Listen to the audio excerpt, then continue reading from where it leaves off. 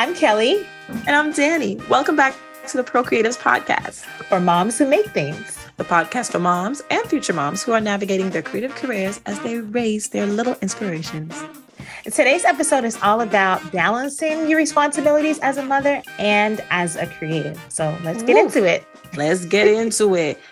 What? All right. First off, what do you think are your responsibilities as a mom? You know, I feel like this is kind of one of those self-explanatory things, but then I feel like in conversations with other moms, like particularly you and just other moms in general, I'm like, maybe it's not as self-explanatory as it is. Because I can ultimately really only speak from my household, like how, what I value, you know, what we value in our house. And not everyone has the same values. And so I think that responsibilities would look different because of what you value. Right. Yeah. That makes a lot of sense. Yeah. And that's pretty, I like that. For real, because it depends on what you value. You're going to put more effort into it. And that's what it is. Now, some people could say responsibility as a mom is keeping the child alive. You know what I'm saying? Like, I think that's number one, right? That's number one. Keep your child alive. All right. Okay. But yes, along with the basic human needs, right? Yeah. Feeding your child, caring for your child, loving for your child. As you said, it really does align with your values as your responsibility as a mom. I also think it's a conversation you have with your partner, right? Because a lot of times society will have us believing that these expectations of motherhood is like one thing. So I remember one time just feeling so overwhelmed, like, oh my gosh. And I told my husband, I was like, I'm so stressed. And he was like, for what? And I'm giving him, well, I got to do this. I got to do that. I gotta do. And he was like, but why you got to do all of that?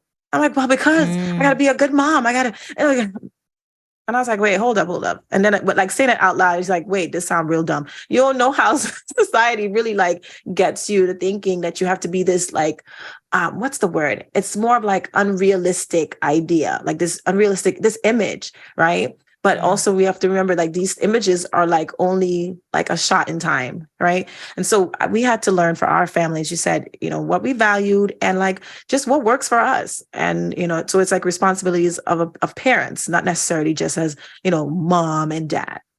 Yeah. You know, I think that that's really great that you had to take a step back, or your like husband helped you take a step back. Yes. Like, okay. You know, we strive so hard to like be the best mom. Like we're trying to be everything. Great. You know what I mean? Yes. It ends up not even being the essentials. And facts that, you know, there. And what are the essentials? Like what I think that comes back to like, what does your kid need to be healthy and functioning in society and making positive contributions in society? And again, this is our perspective, right? And we also recognize that, especially going back to like keeping your child alive, we understand also that sometimes that stuff is just out of our control, right? Like we can do the best we can with what we have, just like what our parents did. And, you know, that's all we could do, the best we can with what we've got. And, definitely. But yeah, with responsibilities, I think that focusing on what is needed for your household and let your kids also help you guide that. Like I may think I think what they need is for me to have a lot of money. And they're like, actually, we want to spend, we get it. You're working here, you're working there, you're flying here, you're flying there. But actually what we want from you is we want more time with you. Is that right there. So, okay. So it's just perfect timing. Last night, like Elle wanted some time with me. And so I'm thinking, okay, she just wants to sleep in my bed because she just wants the company, right? But she's like, no, I want to be there with you. Cause I'm like, okay, go ahead. I mean, my bed's more comfortable. Just go into bed. Just go sleep. Hurry up. But no, she wanted me to be there. You know, I think she wants the conversation, like, and what we think, like, I'm like, all right, she has a room. She has a bed. You know, I made sure she's like, I'm fussing with myself. I made sure she's safe, everything's safe. And then, you know, but they don't want to sleep in their room, but it's not necessarily that, you know, because I'm thinking, oh, she's trying to be defiant. No, like her needs in the moment, she's telling me what she needs, but I'm not hearing it because I have in my mind, okay, ABC, this is what needs to get done. And yes, rules do matter, but you also, it's good to pay attention to them because they tell you what their need, because each child is different and their needs are different. And that, I remember my mom saying that growing up, she said she had to raise 4 children differently because different personalities, and what worked with one didn't work with the other. So yeah. So our responsibilities, exactly. Our responsibilities as mothers, I think, is to continue to be intuitive, like, and just, and go with the flow. I don't know. Yeah. No, yeah. Go with the flow. I think you said a couple of things, which is like, especially when you're a parent of more than one child, like you have the general responsibilities of parenting, and then you have the specific as it pertains to your child. Yes. One child wants more time with you doing specific things. The other one is totally okay with just being in the room with you. They're doing their thing, you're doing the other thing. Right. The other one's just like totally chill. And another child might just be like, super clingy. Like everyone has different in your face. Exactly. Yeah, in your face, in your bed. You put them in your skin. In your skin. Just in your skin. That's what they want. I mean, sometimes it feels like they're trying to go back where they came from. That close. Yes. Can you just give me a hug while I'm cooking? And like, I think because we have so many plans, like I have a plan and I have it's so hard. Like I cannot hold you. And I'm like, so I just sometimes I have to stop. I take a breath. I'm like, okay, and realize this is not attacking me. It's just, she's not deliberately screwing up my plan. She just has a need. So I have to stop and give the hug and say, okay, I can't hug you forever. I am still cooking. When I finish cook, we can, sit and hug some more. Yeah. No, that's and to that point, because you're talking about plans, right? Like, you have a plan. And I think, oh my gosh, we talk about our responsibilities as people who create, people who want more for ourselves and our family. And like, for me, I am a person that works, and I have a job that consists of consistent jobs with consistent hours. And then I have production work or consulting work. Right. And that is different. That's a different schedule. That requires traveling, and it requires a lot of things. And I remember last year I was a lot. It was a lot emotionally. I was doing a lot. I was grinding. I was like, I have to be here. I have to be there. I have to do this. I have to do that. And I had a whole plan. Right. And I remember my kids were like, we don't see you anymore. They made you sound so hard. It doesn't break your heart. Like you saying it right now. I'm like secondhand feeling it. Okay. It was terrible. And, especially because I've always been a parent who like tries my best to involve my kids in what it is that I'm doing. The fact that they were saying that and feeling that, I felt away. But then also like in conversation with God, right? Yeah. He was like, you're doing all of these things and I get it. You've got this great plan, but you're actually neglecting the biggest plan of your life. There you go. The reason for the plan, right? The reason you made the plan in the first place. Exactly. And it's like, my kids are not they're not a barrier to the things that I have to accomplish. Right. They are a part of the things that I have to accomplish. They're the biggest part. And that takes some serious realization. Like, I think when that comes into mind, like, you're like, oh, so my plan was crap. Like, because it doesn't, if it's not helping or if it's not contributing to like my children or like a quality life, then really what? Like, and I think, you would think as being a creative, right? Having the responsibility as a creative and responsibility of mom, because they both, well, it depends on what kind of creative job you have, right? But in my case, because I do stuff on the side, I write on the side and I'm creating. So like I can create my own schedule, right? So, so you're, being that motherhood cannot be put in the box. You can't say, okay, from 3 to 5, you talk to me and that's it. Right. From 3 to 5, you have all your powers, bring it to me, let's go. So you have to, and then with your work, but you need to have discipline in being a creative, right? And I'm still trying to find, and I can't say about, I'm trying to find space to make that happen because I like having the schedule. Like I grew up late. I don't know if it's just a personality trait or because of my upbringing in Trinidad, you used to say, tell you schedule out your classes. They made you make your own like schedule, like, and you have to follow that. It was a part of responsibility. So I'm like, okay, I'm just going to box in this hour to do this, but it's not as easy. I think you can expand on that because you're doing it more so, and I'm still trying to do it. Yeah, no, it's definitely challenging. And I work from home. Wow. So, like 90 or most of my work is from home. And then of course there's traveling and other stuff that I have to do, meetings, blah, blah, blah. But it's definitely been a challenge when their kids are at school, because previously, like, they were homeschooled. So everybody was home. A big old party. I tell them, like, from this hour to this hour, I am at work. Just pretend like I don't exist. Okay. And so it don't work. Your kids listen to you? Because mine don't. I'm just saying. For the most part, they do. That's great. But of course, if there's some type of emergent, like, it's like, stop everything. And it's something that I had to learn and cultivate. Like, yes, there's a schedule, because I am a person who's like, I love plans. I love order. I love organization. And so when things don't go as I planned, in the past, it just used to be chaotic, right? Hot mess. Chaotic. Frustration to the max. And I've had to just become more and more flexible. And I think that's what it is, right? It's the flexibility. Yes, I have this schedule, but this person needs me. Okay. And yes, I have this schedule and I have things that I need to get done, but I don't want my kids to ever think that my work is more important than they are, because they feel that, and that impacts them.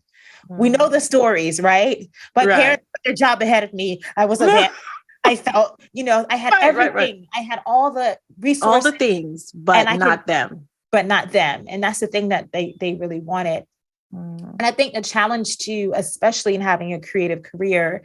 And I do know, some women who are working to make, if you're a mom in entertainment, making it more accessible or just easier to navigate, because living a creative life and being a parent, that's not something that I really see a lot of. A lot of my peers don't necessarily have children, and I don't want to feel like, and I have felt like, I have to make certain decisions because I'm a parent.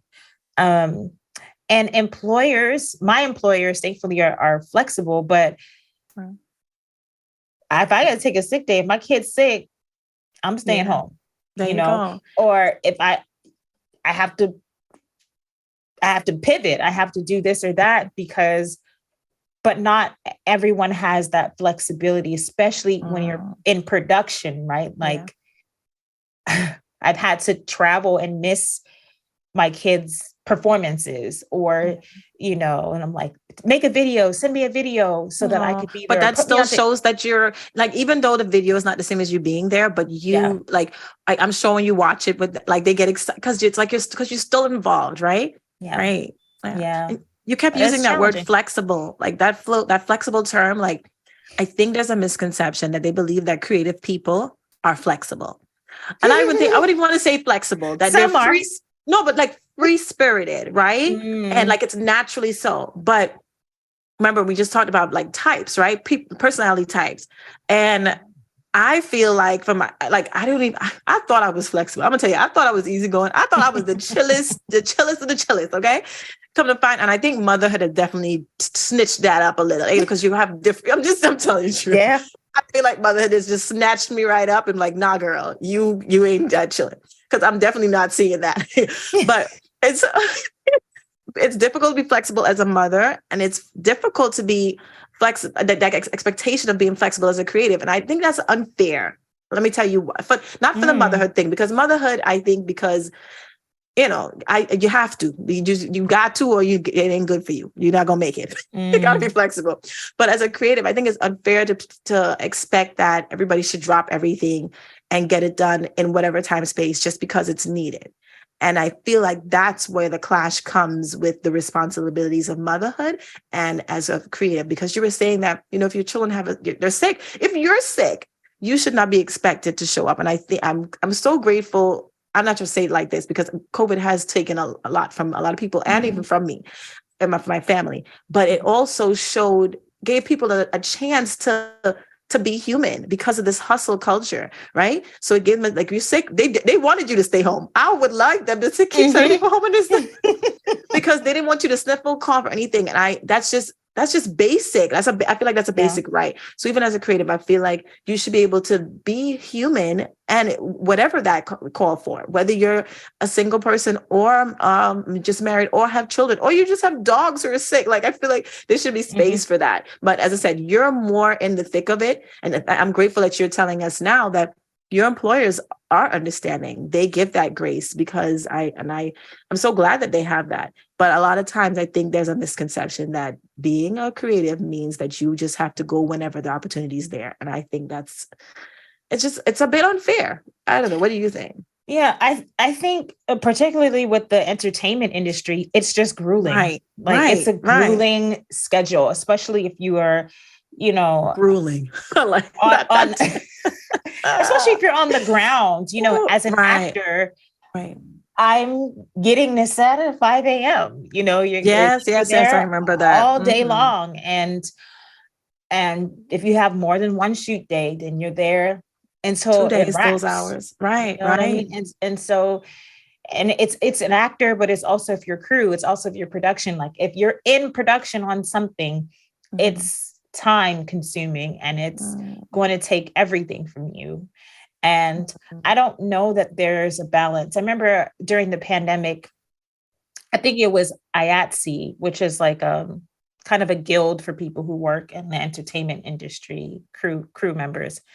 And, there was this whole thread, I think it was on Instagram and Twitter, about crew members who are just exhausted and like just abused, or felt, they felt like they were abused. And, we're in a different time. I'm sure the older generation might have a different perspective on this. Of course. Who are older in entertainment. Right. But it's like 15-hour days, some people have had 23-hour days. I believe it. I remember Janet Jackson talking about one video that she did, and she was like, it was a 23-hour day. I'm like, 23 hours for you and the crew and, whoever else is acting and dancing. And it's like, yes, we have to get stuff done, but at what cost? Someone's driving home and they're like falling asleep, or their family is not seeing them. It's like, but who is it up to make those decisions? Like, and it's tough, because it's like, this is what you want to do. Right. This is what I want to do. Yes. It was what you love. Yeah. It's what you love. And it's like, how do I balance that with caring for my family? And it's, I'm not even in the thick of it career wise, but even just, I was in a show last year, a theater production, and it was rehearsals every night, what I mean? Which is what it was required, which is totally what is required and necessary for the job. And I love it. So I do it, but the cost to my family is, they're impacted by that. And I am grateful to have a supportive spouse. Yeah. But I think it's also like having conversations with your kids. I think you said that. Alleviate the pressure. Because I remember we talked. So I like that, the conversation that you had with them, but I also like that it was a family thing. So like, your children know. So it's not like if there's a secret that this is the career you've chosen, right? And there are things that, right? I'm saying, so these are the things that come with the career. So they understand it. Like, even, okay. So we had a photo shoot for the podcast and my children were present and they were in the car, and like, they knew. I said, okay, y'all have to stay in the car. This is what we're going to do. And they were troopers. Let me tell you. They knew what was happening. They knew how to, and they were like, oh, we want to get in there. So they also want to get involved, but they also, and so that was not easy. That was definitely a challenge, through rush hour traffic, trying to get there before sunset. Listen, y'all, that was a movie in itself. Okay. Maybe we'll reenact that for y'all. Trying to get to her, get to Kelli before the sun sets so we could take these pictures. And it was difficult, but you know what? I was so happy to see her. Like, that made up for it. Like, as soon as I saw her face, I was like, oh, the stress is gone away. But so once you're doing what you enjoy, right? But it's not always necessarily easy to get there. It's not the smoothest thing. And I'm all for like ease these days. And that's part of some sort of, you're just tired. When you're tired, you want things to go easily. Yeah. And parenthood is a bit it's tired. You can be tired at times, especially when you're working full time and then also trying to be a creative. Yeah. But it's a blessing to be able to do both. I like that if you're working full time and you're able to incorporate the things that you love to do, that, you know, it's so fulfilling, and it's a different type of work. I'm not saying you're not going to be tired. Nobody's going to say that you're not going to want to go to sleep, but it's like a checklist. Like every time I do something that, you know, that feeds my creative soul, it's like it's a check off. I believe it was, oh my gosh, there's a writer, and I forget his name, and I don't even want to embarrass, but it's an older writer. And he was saying that, you know, there's a satisfaction basically that comes with, you know, feeding that part of yourself. I'll find the quote I'm gonna let you go ahead. I'm gonna find the quote, but it's basically saying that, you know, you when you check off that thing, there's like a wholeness, like it helps, like it's filling you up, right? So like if let's look at yourself like a circle, right? And you're missing half. Like every time you do a little bit of the creating, you just get more and more pieces in, and it's just filling you up. Yeah. I'm gonna find that.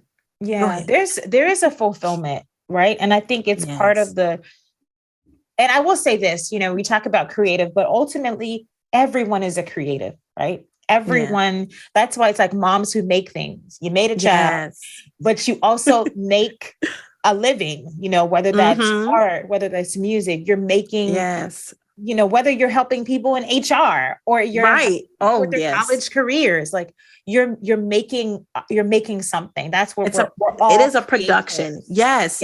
You're right. All creators. So, you know, I just wanted to be clear on that. There's a word that you just said. It starts with an F. Fulfillment. That's the word. That's the word. It came right back. Oh, I found the quote. So whenever you're ready, I got you. Okay, let me go ahead, do your part. So yes. So there's a fulfillment that we have to feed inside of us, right? There is this, our soul needs that, you know, as we're people who believe in Christ. And so we believe that we're created for a purpose. And there is a different sensation when you're fulfilling and when you're not fulfilling. That feeling of I feel fulfilled and I feel unfulfilled. Those are feelings that we actually experience. And I can say, as a mom, there is a sense of fulfillment. Oh, yes. You know, when I see my kids smile, when I see them being satisfied, and you're pouring into them. And I feel the same thing when I'm creating or when I'm pouring into someone else, because that's also part of my creative gift, is to help elevate other people and to help them move their ideas. She right, y'all. She helping me. Go ahead. I'm sorry. So hit up the Jordans Create. That's a good spot for to spot. That's for ad. You know what I'm saying? You know, hit up the Jordans Create at jordanscreate@gmail.com. Okay. But it's true. There is that fulfillment. And I think that we have a responsibility to show up as a mom, as a creative, as an employee, as an employer, as a human in this world with our best self. And as hard as it is to, you know, balance motherhood and do these things, and that there's a fulfillment that comes behind doing the work, you know. Oh, that's it's not even about the final moment, because sometimes we won't see the final achievement until years down the line, right? But it's about the process of doing the things and knowing that you're on the right path. And sometimes, again, we don't know until we look in the rearview mirror. Sometimes, but we're trying, we're striving. And that's one of the beautiful things of this life that we have, is that we have opportunities to make it right, and a responsibility to, you know, to pursue those things, because people are waiting for us. Oh my gosh, that's the one that got me, y'all. She told me, when she said that, people are waiting for us to be obedient, waiting for us to do our thing, so that that space is created for them. And, you know, she also said that somebody's success, this one was a hard pill. Somebody's success is tied into your obedience as being a creative and getting out there. So don't wait to do the thing, because somebody just needs to see. It doesn't have to be that you did a grand, amazing, right? Like whatever the thing is that you do, somebody just has to see it. And it's not just and it's not like, oh, you're just doing it to influence others. It's the little things, the things that we don't even think that influential, that people are like, oh my gosh, you did that. They see it and they're like, okay, I can do it too. Okay. And I found the quote. The quote is from Ralph Waldo Emerson. I love him. I don't listen. I don't know why, but we connect a little bit. And it is, a man is relieved and gay when he has put his heart into his work and done his best. But what he has said or done otherwise shall give him no peace. I said, why listen, okay? You just, so it's a relief, right? Fulfillment, a relief. Oh, I love it. He was so good with words. I'm about to read his book, some of his work again, because it's got me all riled up. He is, right? And you know, from our perspective, obviously, like I said, we are believers. And so like there is this idea, this driving force within us that's like, we want to hear well done, you know. We don't want to bury our talents in the sand, because that is a disservice to humanity. You know, there's that quote about, you know, the graveyard being the most wealthiest place, because people, you know, it's hard to go after the things that you want when you have so many things that seem to be in the way. You know, there's, and we're not pretending or sugarcoating like, oh, it's the life of leisure because we're doing, no, it's hard, but anything worth having, like it takes work. It takes work. Remember, you have to choose your heart. And you know, you just have to choose your heart. You have to choose your heart, figure out what you want to do, and just go after it. Listen, it doesn't have to be the biggest step. Like, I didn't get Scholastic to publish my first book. One day, y'all may, you know, listen, don't have to be Scholastic. It could be anybody. At this point, not just anybody. I want reputable people, okay? And don't come with me with no mess. But I went ahead and went to Amazon and I figured it out. I found a way to make it happen because I really wanted this image to be out there. And, you know, it's just so the people that purchased and said, oh my gosh, you know, if it was just friends of a family or a family friend, or just people who never even, you know, they just found it, you know, it made a difference. And we affect change. Like, every human being has a purpose, right? Yeah. And I think when we understand that, then now we don't have to understand all the different layers of the things we're going to be, because we're going to have, today we might be one thing and tomorrow might be another thing, but we all have the power to impact people. And I think understanding that is what gives our life meaning, right? Yeah. A lot of people get depressed because they feel like they don't matter to, and I'm not saying that depression is so linear, right? There's many layers to that as well. Yes. But there's also the idea that they don't matter, or like they don't really feel like the work that they're doing is beneficial. But, you know, we all, whether you're even just, listen, even if you feel like you're on this mundane job, you don't know who you are just making their day. Somebody at that mundane job say, oh my gosh, if I see you, the way you work, even though this job sucks, I'm just inspired by you. I'm inspired by the way you dress, the way you eat. You just don't know what impact you make, right? We definitely want to encourage you to live a full life of purpose. Yeah. But please don't negate your value, right? Don't think that you're not influencing. And we're speaking from perspective of moms, because we know how hard it is to go, I want to do this thing, but I want to take care of my children. And what we're saying is that you can, in fact, do both. In fact, you actually must. Listen, you must, because your kids are seeing that. They're seeing that lived out, and they're also having the faith to believe that they can do the things because they're seeing it happen. Right. There's a different, and I would say from my experience, like having someone say, yeah, I wanted to do this and I wanted to do that and I wanted to do this other thing, but I had kids, which is something that I unfortunately have had to hear in my life. Yes. But but kids is not, nope, that's not a thing yet. Well, it is a thing. And that's okay. So before, I know you're saying that we can do it all. And we're not saying that it's not hard. I gotta tell you, just this week, I was sitting on the toilet and I say, oh, this is hard. Not the toilet. Not because I was the toilet was hard. I'm just saying, that's my reflection zone when it was peace and quiet for like all of 2 minutes before somebody came knocking on the door. But I was just like, whoo, like, this is hard. It's because parenthood just seems so consuming. And I was thinking, it'd be so nice just to be a housewife and just be focusing solely on kids. I don't even have to go to work. I just stay home and just, enjoy the leisures, just fuss about, bathroom renovations or fuss about, those things. But, on the other hand, I'm like, I know that's not going to fulfill me. Like, I'm not saying that it doesn't fulfill other people, but I know. Because some people that's their. Yeah. And I loved it for all of the few months that I did it, but then I started getting restless. Like, okay, what can I do? Because I tried it. And for some one day I hope I can settle in it. And for some moms, that is where they find their fulfillment. And that is totally okay. Oh, yeah. And this is not that's totally okay. And going back to my comment about I wanted to do this or that, but kids, like, that's something that has been said to me by my parent. And but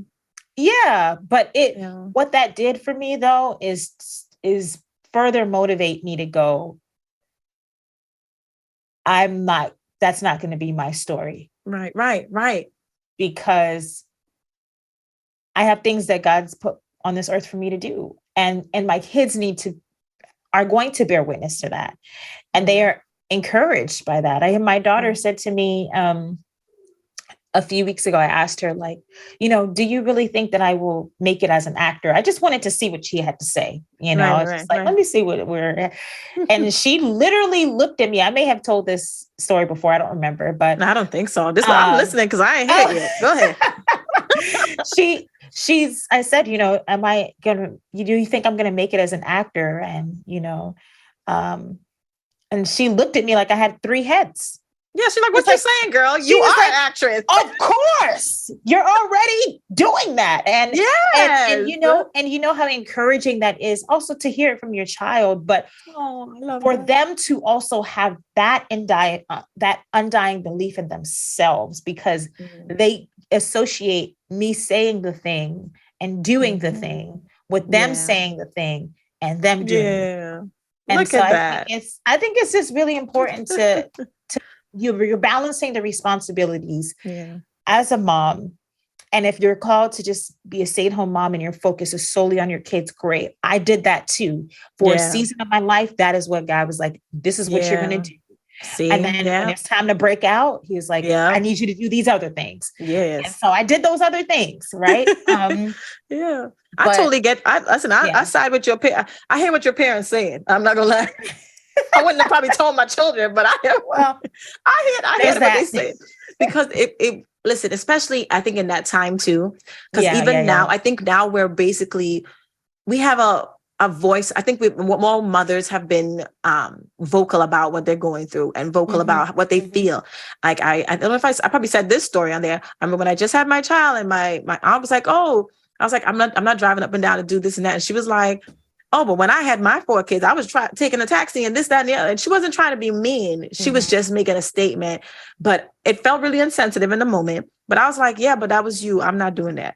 And I wasn't trying to be rude. I was just like, because I think there's as I said, once again, an expectation. So they had to fight that. And I don't think people were really making space for them to be individuals. They're like, well, you choose to be a mother. You open up your leg. That's what they said. I'm just saying what they said. You made the choice.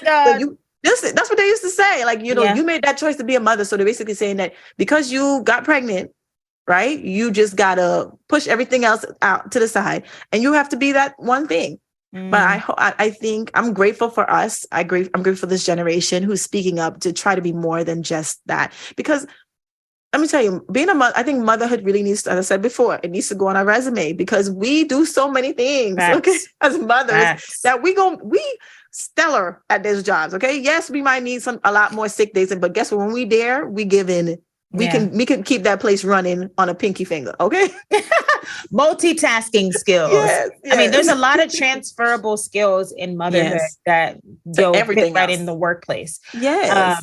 But I agree with you. I do think that, of course, our parents struggled and they did what they needed to do in order to survive. And sometimes that did mean putting their dreams on hold. And although that statement was very it felt harsh, right? It was harsh. It had me feeling away. What it did was make me think, well, I appreciate your sacrifice. Yes. But Ignite that's not going to be my path. There you go. That's not going to be my path. And I think that it has to, things have to shift, because I see myself in that way in my family. Like, yes. And I appreciate the sacrifices that I know that my family has made for me. Yes. From my parents to my kids, to my husband who, when I'm away, he has to hold it down and he holds it down. There you go. And vice versa. So I think the way to really help balance the responsibilities is having community. I think that's also a really big key to success. Having a community of people that can encourage you,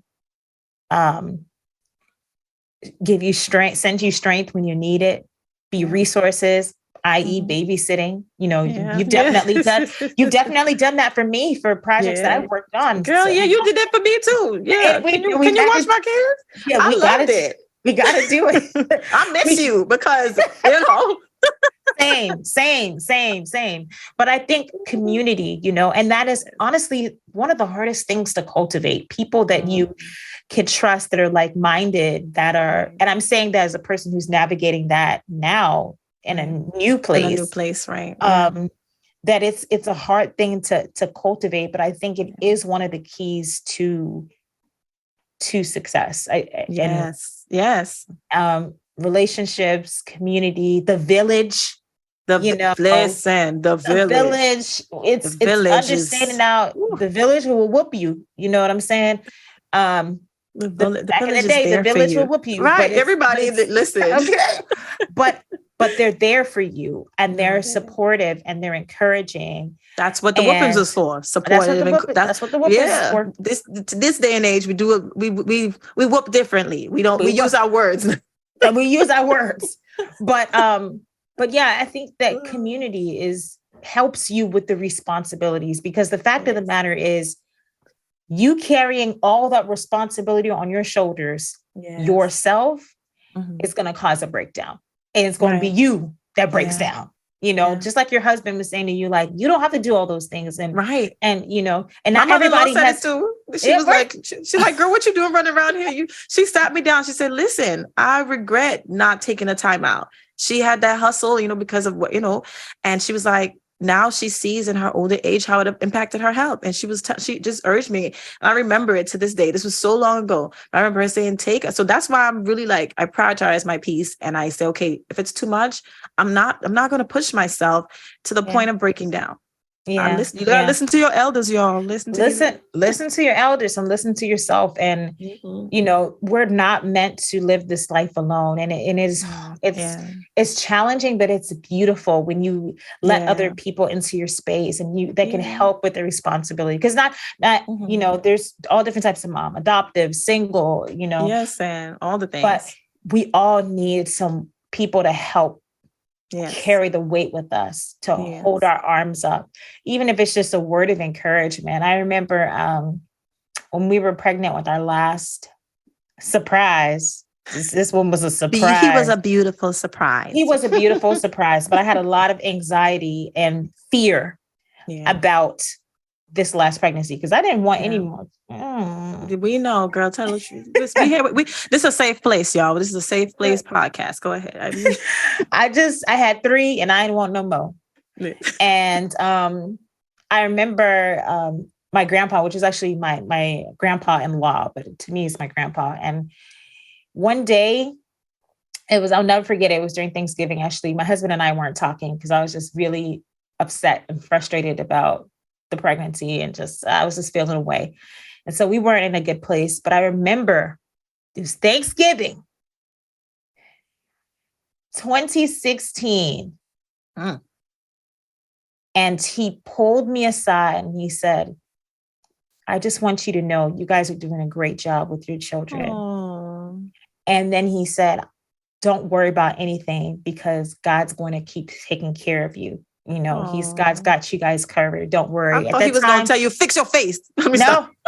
No, and the fact is we weren't talking, but nobody else knew that. And nobody knew we were pregnant at that time, actually. See? I just found out. We were like, we ain't saying nothing to nobody. I was in the space. So he didn't even know. But his words of encouragement literally gave me a new perspective on that pregnancy. And I was like, I have a community. I have a family. I have support. I have encouragement. I don't have to carry this responsibility, these responsibilities alone. I was pivoting into a new career. You know, I had left my job. I didn't know what was coming next, but having that support. So that's my encouragement. Yes. It's an ebb and a flow, right? Balance is a myth. It's just... it's whatever's in your hand at the time. Yeah, it's an ebb and a flow. Ebb and a flow. It's an ebb and a flow. Some days it's going to be fast paced, and other days it's just going to be a little bit more smoother. Yeah, the community definitely helped me as well. I think about when I was trying to get the book out, and I said, okay, today, mommy, can you watch the girls? Okay. And because Eva was still, you know, like a toddler. Baby. Baby toddler. And then I was like, Auntie Kathleen, you got it. You know, just watch them for, I'm just going to go do this. That really helped a lot. And they ask you that when you go into, like, when I went into modeling, there's like, do you have a supportive community? I've heard that. And I was like, why are you even asking my business? Well, forget about them. I'm ready. But no, it's important, especially when you have a family. Do you have a supportive community so that people can help you because you need it? So, okay, I'm not going to keep y'all. We're not going to keep you long. We're not. But our hope and our prayer is that you find community. And yes, online community is great, but we all know that having that personal touch, having that someone that you could just say, can you watch the kids for 10 minutes for me? Can you just give me a hug? Can you give me a hug? You know? And again, we understand it. This is one of my bestest friends in the whole wide world. Aww. And, you know, she's 3-hour time difference behind. And so it's hard, you know, but of course we make it work because it's video call. Thank God for WhatsApp and all these other apps and things. And the times I've gotten to travel, hopefully soon you'll be coming my way. I want to. Y'all, listen, I'm going to start a GoFundMe. Okay. Let me see. For me and the girls. Donate to the Cali Girl Fund. Yes. But yeah, and we're not saying that it's easy because people have experienced hurt in community and, you know, have been let down, but it's trial and error. Yeah, it's trial and error. Listen, and don't think your community needs to just be your family, right? Because I grew up where our community, which is my mom's friends, co-workers, and those are the people I call auntie and uncle. Yeah, mind you, the island culture, everybody auntie and uncle out of respect, and African apparently, which is where it came from. But no, those are the people that's my family. Like, so don't expect it to look one way. You know, God gonna put people in your life, and when he make it clear to you, don't fight with him. Okay. Yeah. Don't fight with him. Yeah, that's it. I think that's beautiful. And I look at different, you know, other podcasts and just seeing moms gather. That's such a beautiful thing for me. We need that. We need that. And nobody understands us like us. But come on now. But that's our prayer for everyone who's listening. That's our hope that you would find your tribe, your village, your crew, call it whatever you want. Your peeps. The people you could be honest with and if you want, hey, we're here. We're not sugarcoating or BSing about this journey because it's beautiful, and it's also comes with its challenges, just like anything else. For sure. But thank y'all for listening. We're so excited to have y'all listening, take a peek into our conversations, and let us know. What do you think about balancing your responsibilities and your creative pursuits and motherhood and doing all the things that you do? What are your thoughts on that? Do you agree? Do you disagree? What do you think about the idea of community, and how do you feel like you need support in the things that you would like to do? Let us know. Catch us weekly wherever you listen to your podcast. If you have a question or a comment, send us an email at theprocreativespodcast@gmail.com.